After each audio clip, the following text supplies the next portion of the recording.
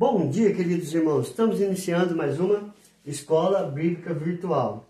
Estamos estudando o capítulo 5 de Mateus, as bem-aventuranças. Mas hoje nós vamos falar um pouco sobre o Sermão do Monte, que está baseado em Mateus capítulo 5 até ao capítulo 7. Então nós vamos ver como o sermão é dividido. Como que nós podemos dividir o Sermão da Montanha nele todo, não apenas as bem-aventuranças. O sermão é muito bem organizado. Jesus ele não ficava divagando. Ele pegava um tema e ele discorria a respeito daquele tema. Ou seja, o tema geral do sermão é o Evangelho do Reino. E ele pode ser dividido em, primeiro, Jesus ele fala a respeito dos cidadãos do reino. Mateus capítulo 5, do verso 3 ao verso 16. Segundo, ele apresenta a justiça do reino, o alto padrão de vida exigido pelo rei dos seus cidadãos. Mateus capítulo 5, do verso 17 até o capítulo 7, verso 12. Terceiro, ele exorta a que se entre no reino. Mateus capítulo 7, do verso 13 ao verso 27. Então você vê que todo o Sermão da Montanha é bem dividido e bem detalhado. Os versos 28 e 29 é a reação que esse sermão produz na vida de todo aquele que ouviu e de todo aquele que ouve nos dias de hoje. Ou deve promover vida, esperança, transformação na vida daqueles que ouvem hoje. Porque naquele tempo houve muitas pessoas ficaram extasiados com relação a como Jesus falava e como ele ensinava. Por que as multidões seguiam Jesus? Jesus frequentemente se dirigia às multidões, porque ele ensinava como quem tem autoridade.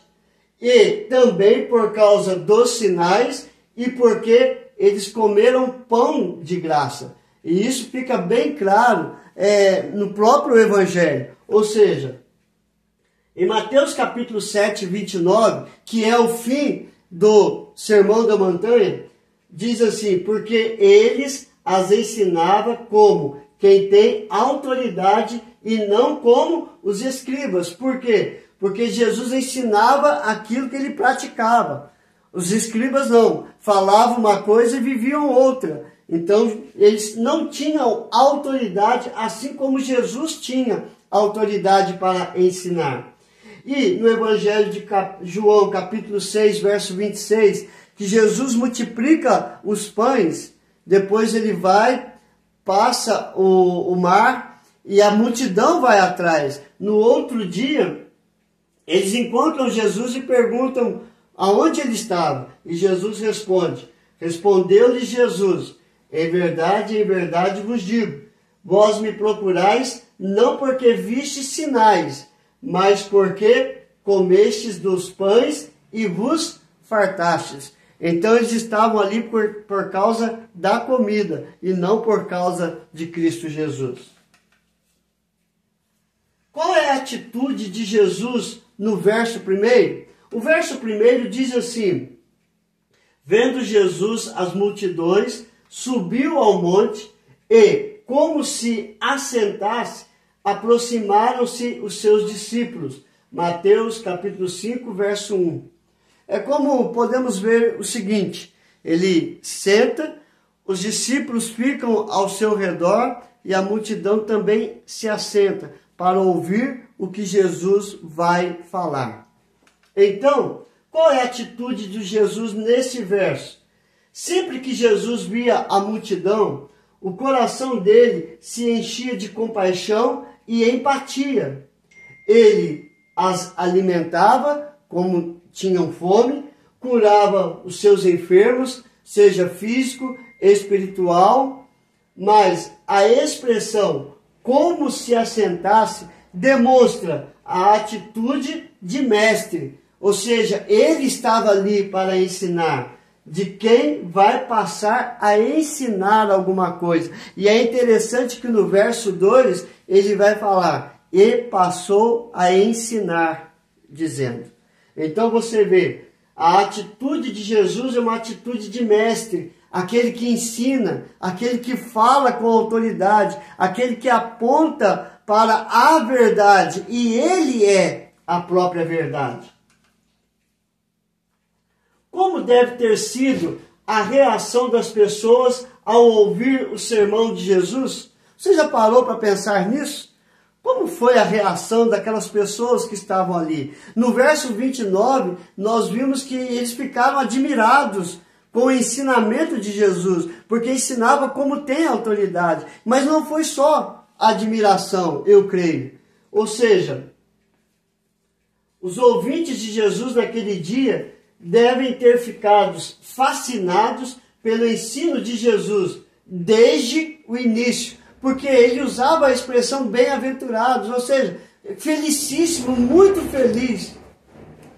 Como já lemos, ficaram admirados com sua autoridade. Estavam entendendo que eles poderiam ser os mais felizes do mundo. Por quê? A visão de bem-aventurados deles não era real. Ou seja, a visão de bem-aventurados que a multidão tinham não correspondia à bem-aventurança que Jesus estava ensinando. Então, bateu de frente com a visão do mundo. E a visão divina é totalmente diferente daqueles que são bem-aventurados, felizes ou super felizes. De que forma consiste as bem-aventuranças? Fica bem claro o ensino de Jesus nas bem-aventuranças. Quando você vai lendo, você vai vendo que Jesus ele vai demonstrando claramente quem são os bem-aventurados, quem faz parte das bem-aventuranças. Ou seja, cada bem-aventurança é dividida em 3 partes. Como assim?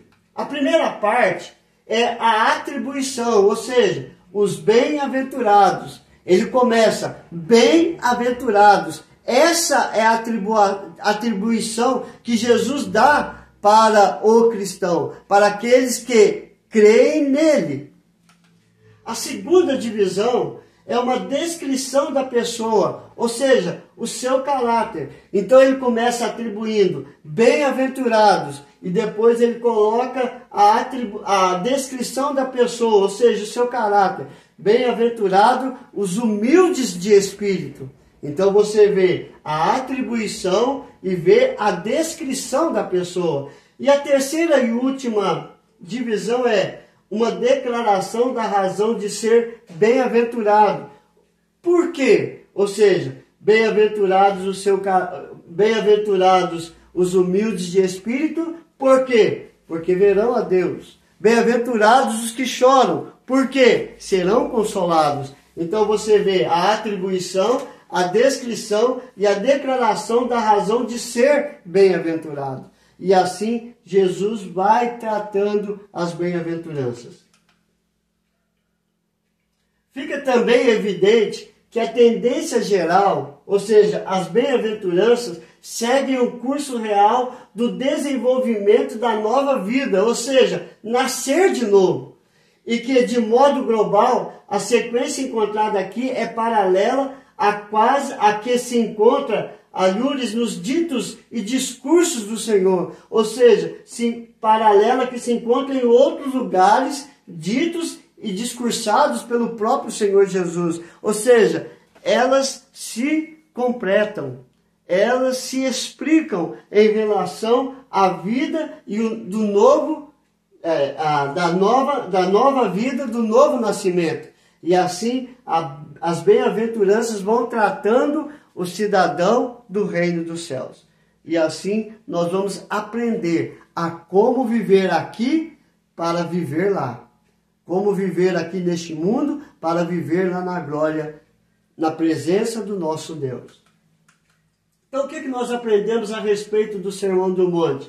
Que ele está do capítulo 5 ao capítulo 7, ele é dividido em 3 partes, porque as multidões seguiam por causa dos sinais e porque tinha pão de graça. Qual é a atitude de Jesus no primeiro verso? A atitude de mestre, aquele que quer ensinar. Como deve ter sido a reação das pessoas ao ouvir o sermão de Jesus? Admirados, porque ele tinha autoridade para ensinar. E de que forma consiste a bem-aventuranças? Em 3 partes, ou seja, a atribuição, o caráter e também o porquê dessa atribuição.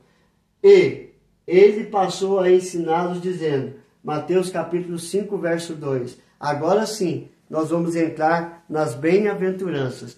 E ele passou a ensiná-los dizendo, bem-aventurados. Que Deus nos abençoe neste estudo para a honra e para a glória dele. Vamos orar? Senhor, graças te damos pelo teu grande amor para conosco. É através do sermão da montanha que Cristo vai tratando a nossa vida pela palavra, pelas escrituras. E através do Espírito Santo ele vai moldando o nosso caráter de acordo com as bem-aventuranças e de acordo com os frutos do Espírito, para o nosso amadurecimento, para o nosso crescimento espiritual, para nos tornar bons cidadãos na sociedade e bons cidadãos do reino dos céus, para que possamos te louvar e te adorar em espírito e em verdade. Ó Deus amado, abençoe cada ouvinte, abençoe cada família, Pai, sustenta-os debaixo da tua graça, que o Senhor venha fortalecer, sustentar, para a tua honra, para a tua glória e para o teu louvor, em nome de Jesus. Amém e amém. Que Deus vos abençoe e até amanhã, se Deus quiser.